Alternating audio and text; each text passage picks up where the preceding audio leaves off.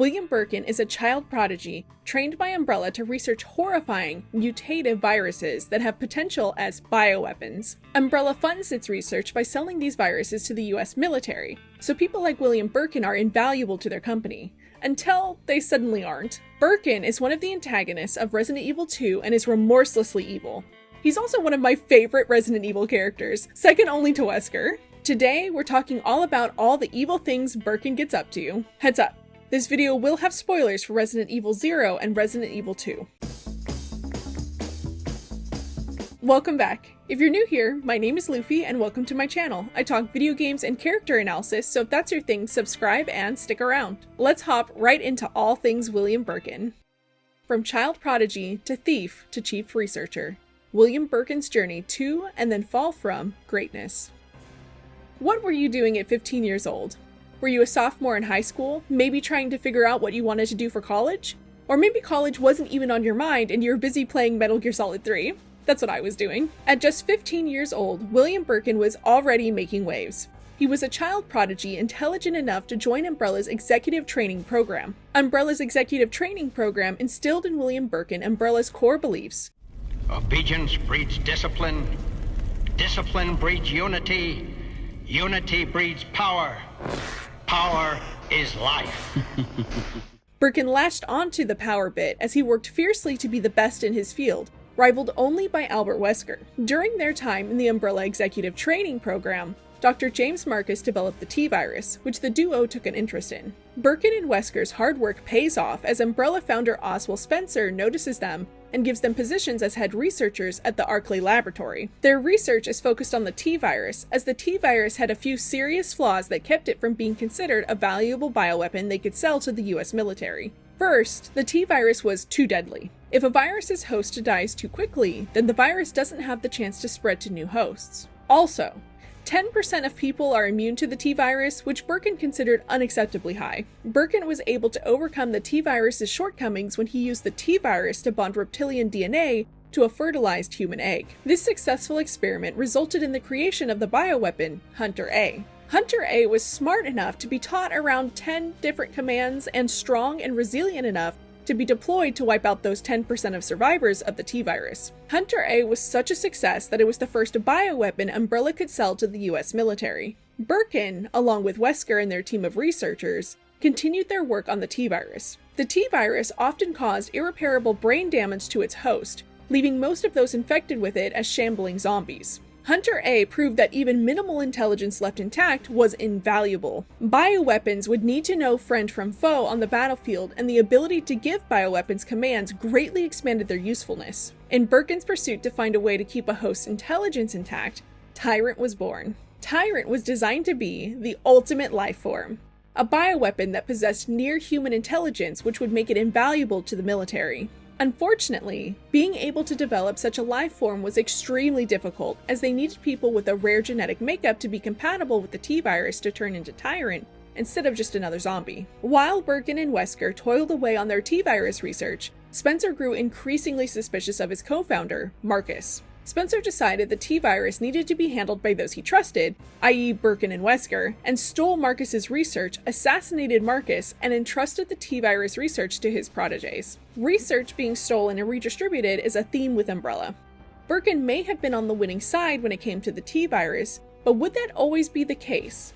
Would Birkin stay in Umbrella's good graces and keep control of his research? Eventually, Birkin discovered a parasite inside of Lisa Trevor, an unwilling test subject being kept in the Arklay laboratory, and used it to develop the G-Virus. The G-Virus held a lot of potential, as it was able to mutate people into a terrifyingly strong monster along with repair damaged cells and bring the dead back to life. Birkin moved on from his work with the T-Virus to focus on the G-Virus and requested more funding from Umbrella. Umbrella approved Birkin's request and funded the construction of a nest below Raccoon City's chemical plant, which would serve as the laboratory complex for Birkin's research on the G-Virus. With all this research and activity based in Raccoon City, Umbrella needed to make sure the Raccoon City Police Department wouldn't investigate any strange occurrences that may occur from their experiments. People may go missing, and the last thing Umbrella needed was RPD snooping around. To keep their secrets safe, Umbrella bribed Chief Irons.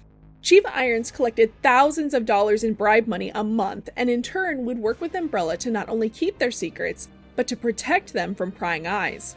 Chief Irons provided the security in the sewers leading to the nest with a few of his most trustworthy officers. William Birkin is highly driven. He set his sights on becoming one of Umbrella's corporate executives and felt his work with the G-Virus would prove his worth. To his chagrin, Birkin is wrong. Umbrella had no intentions of promoting him, and when Birkin gets the sense he's hit a dead end in his career with Umbrella, he pivots to planning on selling the G-Virus to the US military behind Umbrella's back instead. Unfortunately for Birkin, Umbrella had spies within the US military and caught wind of his impending betrayal. They sent in the Umbrella Security Service to recover the G-Virus. You think I didn't know you were coming? This is my life's work! I'm not handing over anything! The Umbrella Security Service ends up shooting Birkin in the confrontation. We're in, sir, but we had a snafu. Target resisted. We had to take him on. Birkin was presumed dead by the security service, but they're bad at checking that sort of thing because Birkin survived. Angry at this betrayal, Birkin takes a sample of the G-Virus the security service missed and dramatically stabs himself in the heart with it to infect himself. Birkin mutates into a monster and stalks after the Umbrella Security Service, decimating the squad and leaving only Hunk and Miguel as survivors. During his rampage, Birkin eats up all the samples they stole from him because G is his creation. In the skirmish, samples of the T-Virus spilled out onto the ground and infected sewer rats and contaminated the city's water system. So that's great. Between the mutant leeches attacking a train running by the Arklay Mountains, loose Cerberus zombie dogs feasting on hikers, and the T-Virus contaminating Raccoon City's water supply, the city didn't stand a chance against its impending infection. Raccoon City really is one of the most unlucky cities out there. Chief Irons gets what's coming to him when Birkin violently infects him. Good God, William. What have you done? Later, William Birkin's wife Annette tries to take Birkin down with some acid rounds, but isn't successful. What the hell is this thing? That was my husband. G truly is a powerful virus because it takes several violent encounters to put him down. He eventually loses his life either on the train the protags of Resident Evil 2 are using to try to escape. The train may recognize him as a biohazard and blow up the train car he's on. Or the train car Birkin is on is disconnected from the rest of the train and he's caught up in the nest's self-destruct blast. Failure of a father. Let's back up for a second. Birkin wasn't only an Umbrella researcher. While he was busy living in the sewers and bribing the police, he also found the time to start a family. In the mid-1980s, William married fellow researcher Annette, and the two had a daughter named Sherry sometime around 1986. However, according to Annette, Honestly, we were more married to our work than each other.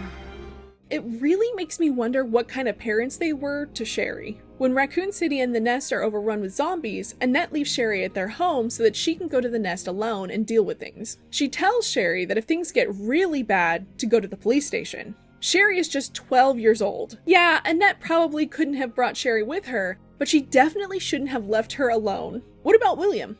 Sure, William was a mutated monster by this point, but how was he with Sherry before that? Sherry is running around with a sample of the G-Virus and a pendant necklace, and with how much William loves his G-Virus, G is his creation, he must have been the one to give it to her. Editing Luffy here. I was straight trippin'. Sherry's mom Annette gives her the G-Virus pendant, not William. Sorry for blaming that on you, William. How whack is that? Here, child of mine, have a pendant with a horrifying virus that can mutate you into an unrecognizable monster. The G-Virus pendant also makes Sherry a target. Chief Irons wants to get his hands on the G-Virus pendant and so kidnaps Sherry from Claire. Unfortunately for Chief Irons, the pendant is no longer in Sherry's possession by that point, and so Chief Irons strikes a deal with Claire where he'll trade Sherry for the pendant. Sherry would have been much safer had she never had the pendant in the first place. Sherry also would have been safer had she not gone to the nest either. By the time she gets there, William is infected with the G-Virus and his basic instincts have taken over. He wants to feed, and he wants to infect as many people as possible. Unfortunately, Sherry is the best option as she shares DNA makeup with William, meaning she'd be the most likely to accept the G-Virus. William infects Sherry with the G-Virus, which isn't good father behavior, monster or no. Luckily, she's given the vaccine for the G-Virus and doesn't mutate like her father. Beyond Resident Evil 2, Sherry's infection with the G-Virus causes a lot of problems for her. The G-Virus gave her regenerative abilities, which is rad, but it also made her blood highly desirable for others interested in viral research. Sherry was taken into state custody soon after the events of RE2 so that they could use her blood for their own research into the G-Virus. Her safety was only guaranteed when Leon Kennedy agreed to work for the anti-Umbrella pursuit and investigation team they pulled together. Though despite this guarantee, they still used Sherry's blood to create the C virus. Because Sherry was given a pendant that held a sample of the G virus, she was hunted down by Chief Irons. Because William infected Sherry with the G virus, she was kidnapped by the government and used. Poor Sherry really pulled the short stick when it came to sucky parents. Regrets? I don't know where else to put this, so I'm just gonna bring it up here. You can hear William Birkin yell, "Help me." Help me! It hurts. It hurts! And Sherry, Sherry! during his G1 fight, among other things. It's so incredibly sad to hear Birkin shout these things at you while you're fighting him. G is Birkin's creation, but he really bit off more than he could chew when he infected himself with it, and clearly regretted it. It makes me wonder if he tried to fight himself when he infected Sherry too. He knew how awful G felt, and I can't see him wishing that same fate on his daughter. Birkin's not winning any Father of the Year awards, that's for sure, but him calling out for his daughter tugs at my heartstrings. Your thoughts? I love William Birkin so much, and one of my favorite things is that he stole the T virus from Marcus and then was beyond shocked and offended when Umbrella stole the G virus from him. Like, you knew who you were working for and what their track record was. You cannot be that offended when they do to you what you did to someone else on their order. To me, it sounds a little like karma. I was curious to know what y'all thought about it, so we took a poll here on YouTube. The majority of you voted it was karma, and I agree, but also, my boy, G is his creation. Liquid Pro Eaton 1367 commented, Birkin didn't create G so much as he stumbled upon it inside Lisa Trevor. It was a group effort that started before he was even born, but Lisa should get some royalties from it. God knows she's due some compensation. Liquid makes such a great point. Lisa definitely deserves some compensation for the horrors she was put through. And without Lisa, there would be no G virus. Though I'm sure Birkin would have discovered some other virus to take up his time. Silas Bertrand 764 commented, well, there's a corporate rule that says once you leave the company, your research is legitimately the company's property. And I personally wouldn't cross Umbrella, which is honestly all I can think about whenever I see Birkin shouting G is his creation. Because legally, it isn't. As Silas stated, the G virus is Umbrella Company property, and he had no legal right to sell it or do anything with it other than research it for Umbrella. I'm positive Birkin had to sign paperwork about this too as Umbrella's chief researcher, so he knows G isn't his to take or sell. What do you think though? Was Birkin's anger justified when Umbrella came to collect the G virus? Or was his research being stolen from him karma for what he did to Marcus? William Birkin is remorseless, diabolically evil. He's focused on creating the most contagious, deadly virus, or a virus that mutates people into commendable monsters, and all to sell to the US military, which is just a cherry on top of the cake of evil. What did you think of William Birkin? Was he a memorable villain for you? Let me know in the comments. Thank you so much for making it to the end of today's video. If you liked it, share it with someone who wants to know more about Resident Evil lore. If you need more content, check out my Patreon. I upload articles I write on upcoming videos or just thought pieces on video games in general. You can also support me and the channel by becoming a channel member, or join us in Discord. I need more people to talk Resident Evil with. More importantly than that though, please take care of yourself and I'll catch you on the next one. Thank you.